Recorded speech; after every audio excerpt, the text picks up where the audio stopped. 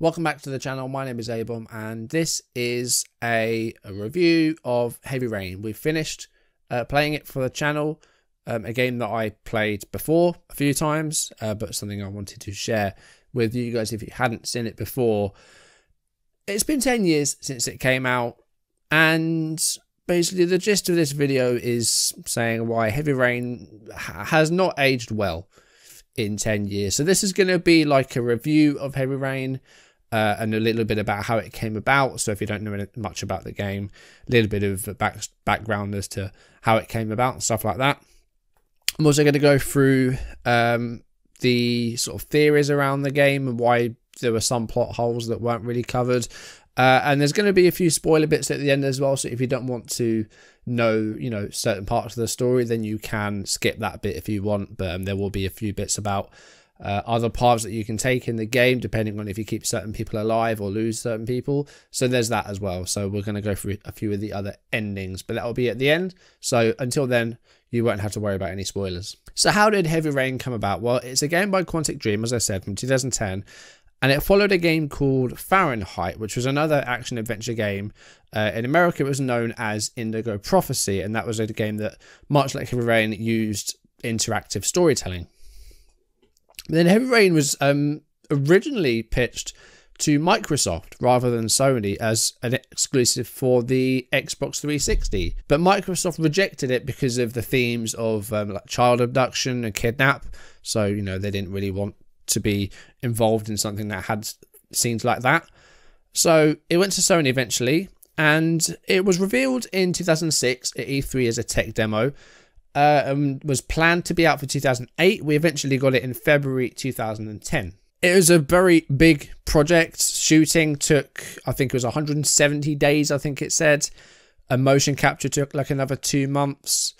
The amount of people working on the film on the game was ridiculous. The script, David Cage, the guy from Quantic Dream, had a 2,000-page script for this game. So it just shows you just how much went into it, which at the time was one of the biggest, probably one of the biggest projects of its kind. Like, this interactive drama is something that was never really seen before. So it's something completely new that never really been seen before.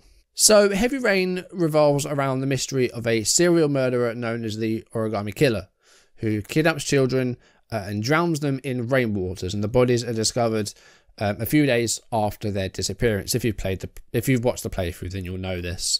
Ethan Mars is the main protagonist. He's a father, and his mental health problems and blackouts lead him to believe that he is the Origami Killer. Norman Jayden is an FBI profiler who is investigating the case, whilst also dealing with a drug addiction. We'll get into that a little bit later on with the theories and stuff. Scott Shelby is a private eye hired by the families of the killer's victims, whilst Madison Page is an insomnia-suffering journalist whom Ethan meets during his ordeals. So yeah, the key selling point for Heavy Rain was the whole interactive drama video game thing. It was the fact that the player's decisions and actions during the game would affect the narrative, including if a character would live or die based on if you could succeeded in quick time events. And if you lost a character, that was it. You wouldn't play them for the rest of the game. There's no respawns, no game overs. If you die, that's it. You don't play as them for the rest of the game. And when I played Heavy Rain for the first time, which was probably in 2011, I thought it was superb. Adding a premise of losing a character for the rest of the game was something that I hadn't really seen. And again, the whole interactive thing was something that I hadn't seen before back in that time. A few years later, about 2015, I replayed the game, getting every trophy and getting a few different endings, which included an ending called Perfect Crime, in which the Origami Killer goes unpunished for his murders. We'll get into that ending a bit later on. And then, having replayed it again in the series that you hopefully have just watched, it does look like Heavy Rain hasn't aged well in 10 years. Last year we played Detroit Become Human for the channel, and that game is superb. That will stay as one of my favourite games of all for quite a while, I'm sure, because that was very, very good. And recently I perfected that as well.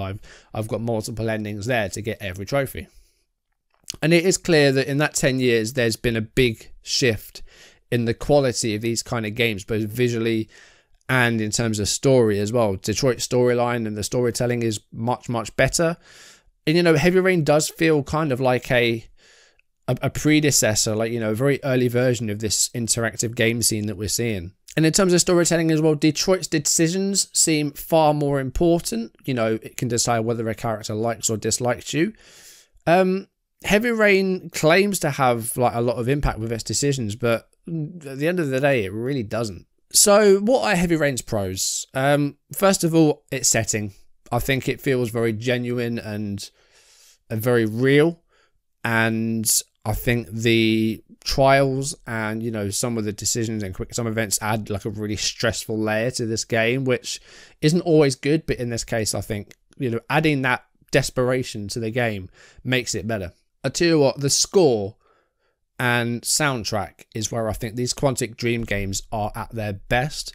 Each character has like their own different score, like their own instrument. And yeah, like there's the same with Detroit as well. The score for these games is really, really, really good. Then the cons, the cons are very, very clear. The game controls like arse. It feels slow, cumbersome, and it's complicated as well. You know, the way you have to hold down R2 to move. The controls of the game are just weird. And then you've got confusing camera angles as well. Sometimes it can be hard to find the correct prompt. And, you know, part of the reason that we ended up in the police station with Shelby and Lauren was because of one of those camera angles where basically we had to clean up a crime scene that we were at conveniently. I missed one opportunity and that cost me a bit of time in looking for the killer. So, and it was because of a camera angle. It wasn't my fault. So that was a bit of a shame. And while the script in the game is brilliant at times, there are painful plot holes in this story, which I'll get into again a bit later on with the story. Inconsistencies in the narrative. They make the reveal of the killer really confusing. Like, people playing it for a first time, I guarantee would not guess that that was who the killer was. And then as far as other plot holes are unexplained, Ethan's blackouts go unexplained. Why does he end up with an origami figure in his hand when he wakes up? That has been gone into, not in the game, but in other stuff, which again, I'll talk about in a minute. And then the case against Ethan being the killer that Blake and Perry try and create, it just makes for lazy writing. Like, I understand that they're using Ethan as a scapegoat to be the killer, but they have literally no proof against him. So the fact that there really isn't a case against him, and yet they're still arresting him, it just seems lazy. And then you got the voice acting. Quantic Dream's a French developer, so a lot of the actors chosen for the games, especially the children, are French. And it gets a little bit annoying. No disrespect against the French, they're great, I'm sure. But you end up with some broken English during the game. It's not the fault of the actors, like I said, but you know, they're speaking in their second language. But why David Cage couldn't hire any like American or English actors, or more American or English actors, is beyond me. Because Madison sounds very much American, Jaden sounds strange, Ethan sounds like wooden. The children, as I said, there's some really bad English in there. So yeah, why they couldn't get more American actors or English actors, again, is beyond me. One way you can fix that is if you actually play the game in French, it sounds brilliant with subtitles, but I don't know if you'd like doing that or not. I don't know. I didn't do that anyway. But that's a workaround. It's not clear where Heavy Rain is set. It's not specifically said which city it's in. There have been theories that it's set in the same universe as Detroit Become Human, and it's in Detroit.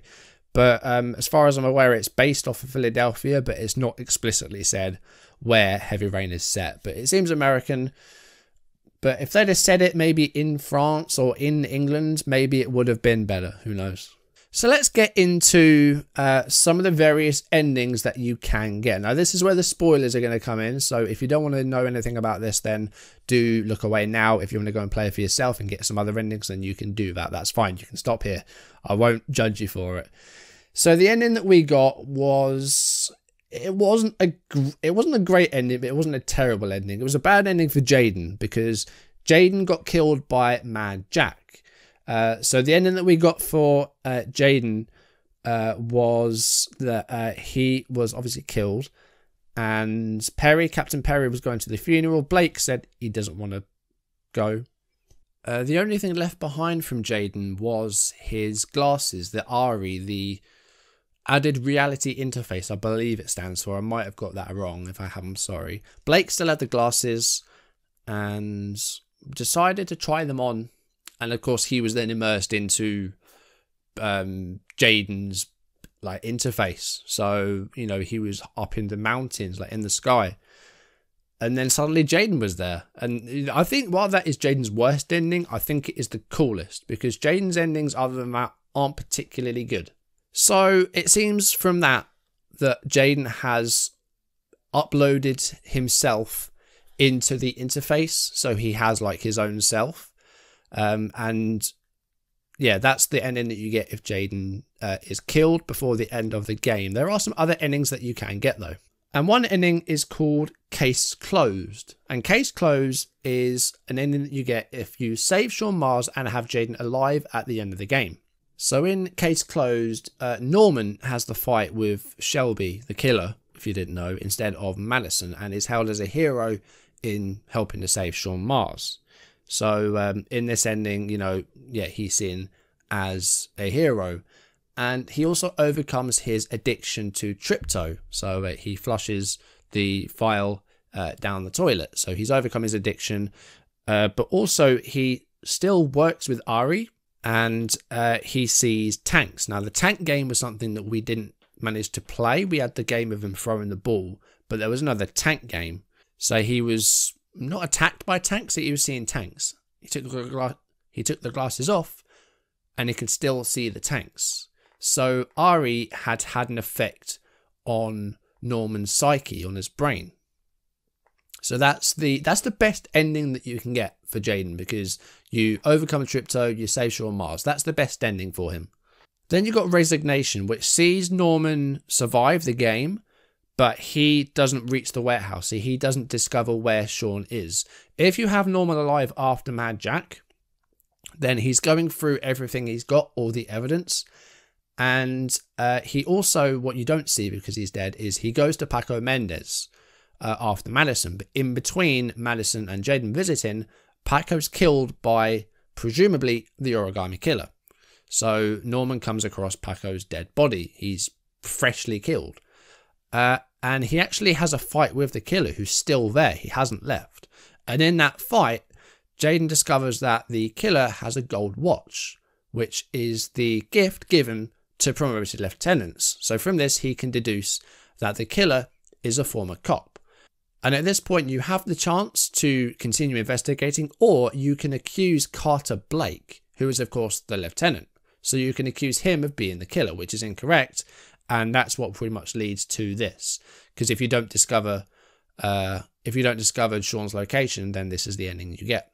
So with this, Norman resigns from the FBI and decides that he wants to lead a normal life. And while his boss offers that he can keep the glasses, the Ari glasses, he decides that he won't need them where he's going, and he wants to lead a normal life. So that is the sort of medium ending that you can get with Jaden. The second worst ending that you can get is called Smoking Mirror, and it's what happens if Norman stays alive at the end of the game, but Sean Mars doesn't survive. So Sean Mars is never discovered and Sean dies. In this instance, Norman is in his Ari environment, but he's not wearing his glasses. And he's talking to someone that we can't see, who's telling him about the dangers of using Tripto, and that, you know, the Tripto may have affected him more than he knows. You know, we heard his butler friend, whoever it was, say earlier in the game that you shouldn't mess with, you know what, it could kill you. And, you know, that's a bit ambiguous. Is he referring to Tripto, or is he referring to Ari? Because as we saw in the Case Closed, or as you've heard in the Case Closed, the Ari is affecting his brain. So it's not really clear what's being referred to there, whether you know what. Is it the Tripto, or is it the Ari? The voice in this is revealed to be another Norman inside Ari. And then we move over to a motel room with several empty vials of Tripto on the floor, and Jaden dying on his bedroom floor from a trypto overdose. So that is it's the second worst ending you can get, because Jaden survives to the end and then he kills himself. The worst ending is where you lose him before, but this is another fairly bad ending because you don't save Sean Mars. So what we can understand with Jaden is that, you know, he has this addiction to trypto, but the RE may be just as harmful to him. So yeah, the best ending you can get is if you overcome your addiction and then you go on to save Sean Mars. However, if you use trypto during the game, which we never used, I'm not sure if you can still get the case closed or not. I think you do, because you're on a chat show and then you flush it down the toilet. But I'm not sure if there is another ending. I don't think there is another ending where if you use trypto during the game that it kills him. I might be wrong though. I'm not sure. In that, we said that Scott Shelby is the Origami Killer. And yeah, there's the biggest like plot hole in this whole game is that reveal that Scott Shelby was the killer this whole time, even though he was investigating the crime. Why would he put himself in danger by going after Gordy Kramer when he knows he's not the killer and he knows how dangerous and how powerful Charles, Gordy's father, is? Why would he put himself through that? And, you know, it's understandable why he wouldn't want Lauren getting involved, because Lauren's the mother of one of the victims that he's killed. So, you know, you can see why he doesn't want her involved. But this whole time, you know, we've got these inner monologues during this game that people are going through their thoughts. So Scott's thoughts should be, right, we need to clear up all this evidence that I've been here, that I've killed someone. But what he's actually thinking is, you know, we really need to catch this killer, when it's him the whole time. It really does not make sense. But anyway, Scott's endings are as follows. I think there's only 2 or 3. There's only 3. So the one that we got was Origami's grave, in which Scott is discovered as the killer and dies. And in this scene, as we saw, Lauren is at Scott's grave and shows nothing but contempt for Shelby for what he did. Spits on his grave as well. Now, the other 2 endings rely on Scott getting away with the murder. So it doesn't especially rely on Sean dying, but I think there is a chance that you can have Ethan and Sean survive, but maybe Scott kills Jaden or Madison. I'm not quite sure. I didn't really get an ending like that. But this is a scene in which Scott and Lauren both survive, and Scott is never discovered as the killer. And in this, Scott is walking free on the streets, and Lauren confronts him on the street. You know, she's tracked him down. And then he promises to avenge his son. And at that point, she pulls out a gun and shoots him square in the face. Now, that's what happens if both Scott and Lauren survive. Now, there is another ending you can get in which Lauren is killed. Now, if you remember, when Scott got back to his office and he was confronted by Charles Kramer and his goons, they were stuffed into a car and chucked underwater. In that scene, you can escape and you can leave Lauren in the car, which with Scott being the killer, you'd think he would probably do that and leave Lauren in the car. So, you know, we didn't do that. Maybe we could have done. And me knowing the story, I probably would have done that. But I did that just to try and, you know, make that, you know, try not make it too obvious that it was Scott, because, you know, why would he not rescue Lauren? But you can escape the car and leave Lauren in there. In this case, Scott's walking free on the streets and he's gotten away with it. You know, nobody knows he's the killer. Ethan doesn't discover it. Madison doesn't discover it. Jaden doesn't discover it. Scott's walking free. Now, Scott's motives are kind of clear in that he wants to find a father that could save their son, you know, like his father couldn't save John. John drowned in the 1970s in an accident, and the father was too drunk to help and, you know, wouldn't help. So that was the motives for Shelby's killings. What we don't see, and it's an ending that it's a scene that you get, I think, if you have Ethan, Madison and Jaden alive, is that Scott explains that when Jason died in the shopping mall at the very start of the game, Scott Shelby's there and he sees the car accident. He sees it. And that's what drives him to target Ethan as, you know, someone to undergo his trials. And you know, that drives him to target Sean Mars and kidnap Sean Mars. So that's why Ethan is chosen, because He wants Ethan to try and prove that he's a better father than Shelby's father was. That's why Ethan's been picked. What we don't really get is an explanation as to why Ethan has these blackouts and why he has an origami figure in his hand. And it's something that was cut from the game. And it was the fact that because of Shelby witnessing this incident, him and Ethan Mars were almost telepathically linked, which is why Ethan feels like he's having these split personalities. He's turning into Scott Shelby almost. So that's why Ethan is having these blackouts and waking up with the figure in his hand, because he's essentially experiencing what Shelby's experiencing. That's why that seems to be why those things are happening, but it's not explained because it's been cut from the game. But I'm not sure how true that is. I've read that because I've been doing some research and reading, but that kind of makes sense. But then why would they cut that out? We'll get onto Ethan's endings in a minute because he is the main character. We haven't talked about Madison too much. And Madison is a journalist. When she first meets Ethan, she tells him she's a photographer, so she lies.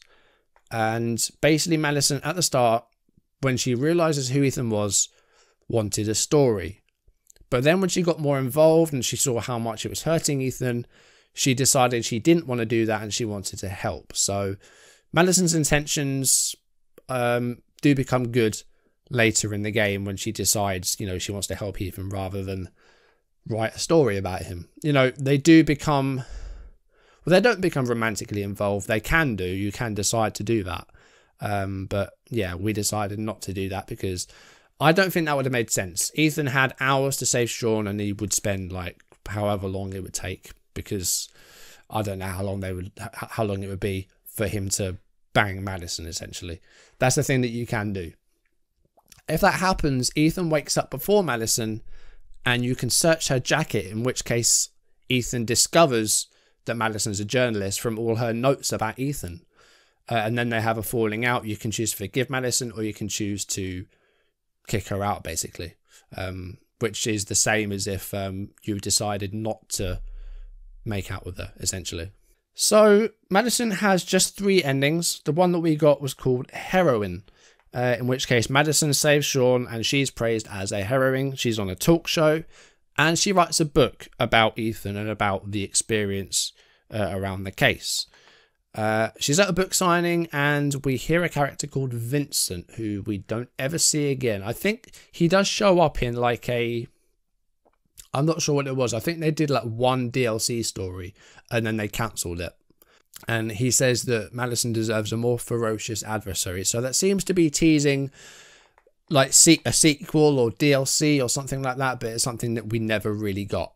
You can get Madison killed a few times. Of course, you've got the Paco Mendez situation. She's stripping for him. I think she could probably die then. You got Adrian, the doctor. She can die then. You've also got when she investigates Shelby, she's in the building, it's on fire. You can fall out of a window and die. You can suffocate in the secret room.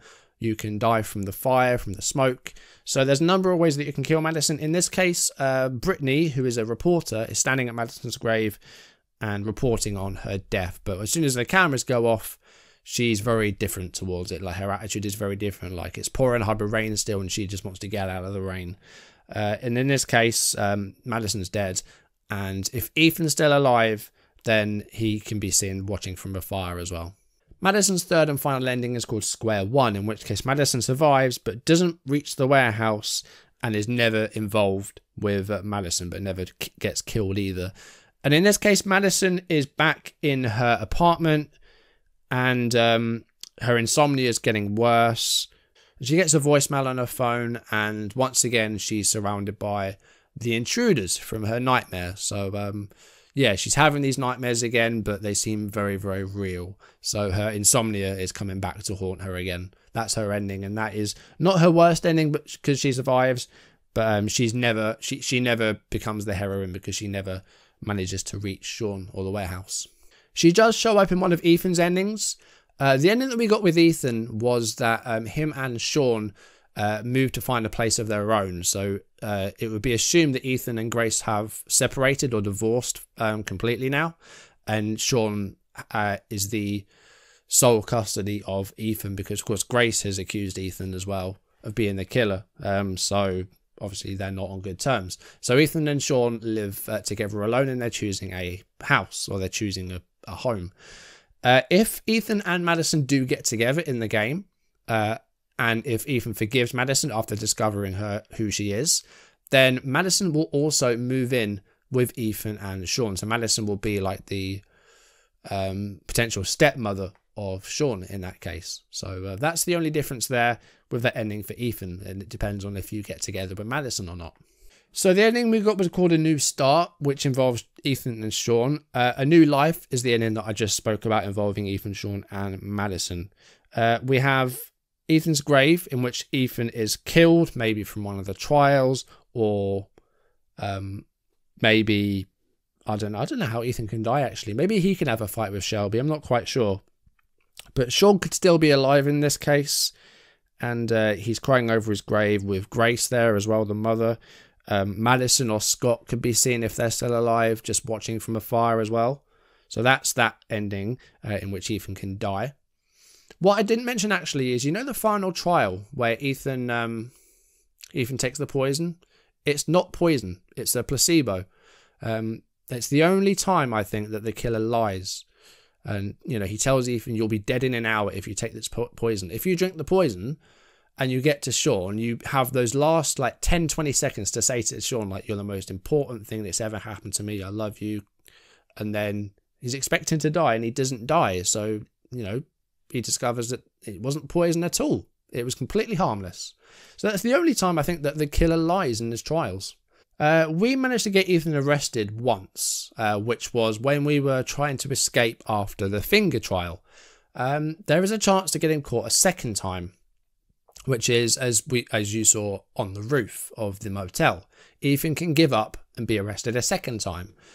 If you escape the first time with the finger thing, and then you get arrested, then you have the chance to break him out with Jaden. But if you get him arrested a second time, you can't break him out. We couldn't because we got Jaden killed. But even if Jaden was alive, he wouldn't be broken out a second time. In this case, there's a couple of things that could happen. If Ethan's in prison, Sean can still survive if Madison or Jaden get to him first. In which case, Ethan's innocence is proven, so he's released from prison. He gets an apology from the police, and he's met with Grace. And Grace and Ethan and Sean mend their relationship. If Ethan is in prison and Sean isn't rescued, if Sean dies, then Ethan will be framed as the Origami Killer, and with several figures around him in his prison cell, he hangs himself, so Ethan kills himself. There's also an ending in which Ethan kills himself, which is if Ethan survives and doesn't find himself in prison, but fails to rescue Sean. So I'm not sure how that would happen. Maybe he doesn't get to the location, he doesn't get in the right letters, or misses the location, and no one gets to Sean and Sean dies. You can only get this if you reject Madison, or don't kill her, or don't kiss her, or she dies. And Ethan will take the gun from the shark trial in which we could have killed Silver, and he'll shoot himself. So that's the other time Ethan commits suicide. And then the last ending is called Tears in the Rain, which is the case where Ethan survives with Madison, and he gets together with Madison, but Sean dies, so they don't rescue Sean. In this case, Ethan and Madison are visiting Sean's grave. Madison encourages him to, try and start new with her and start a new family with Madison. And then Madison leaves. Ethan decides, he just wants a little bit longer just to pay his respects to Sean. But then Ethan gets out a gun and he then shoots himself there as well. So that's another bad ending you can get with Ethan, who has the most endings of anybody. He shoots himself. Madison is crying over Ethan's body now on the grave of Sean. So that's every ending you can get. There's a lot. So there's a few different things you can get. It's not nearly as detailed as Detroit, but that's it pretty much. So I guess to conclude, Heavy Rain's got its flaws. And even for a second or third time, or however many times you're going to play it, it's still fun. Interactive dramas have come a long way since 2010. Detroit, as I said, is one of my favourite games now. And, the whole interactive drama thing, it's moved into the film industry as well.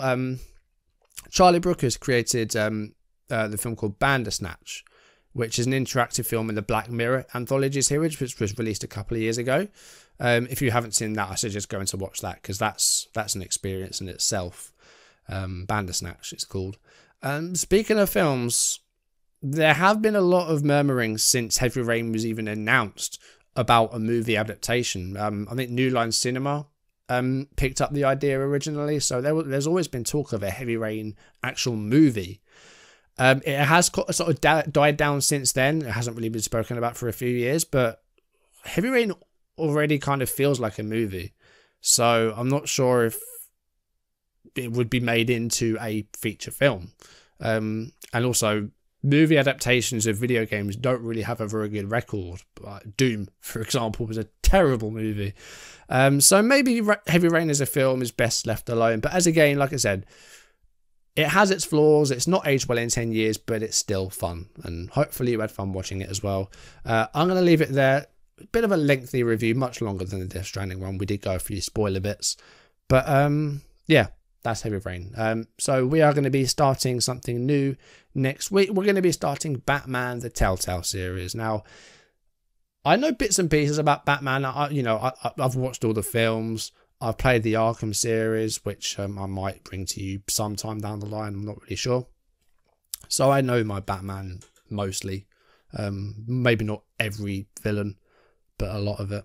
So hopefully Batman will be starting on Monday if all goes to plan. So that's it for Heavy Rain. Hopefully you've enjoyed the series. If you've enjoyed this sort of review and look at the theories and spoilers and endings and stuff like that, then do drop a like, leave comments if you haven't done so already, or if you're new, then do subscribe and turn on notifications. I think this review might be longer than any of the individual videos of Heavy Rain. So yeah, it's a game that I played a lot, and yeah, while it does have its flaws, it's still fun. But hopefully you've enjoyed it. If you have, again, like and do all that stuff, and hopefully I will see you Monday for Batman. Thanks for watching. I'll see you soon. Goodbye.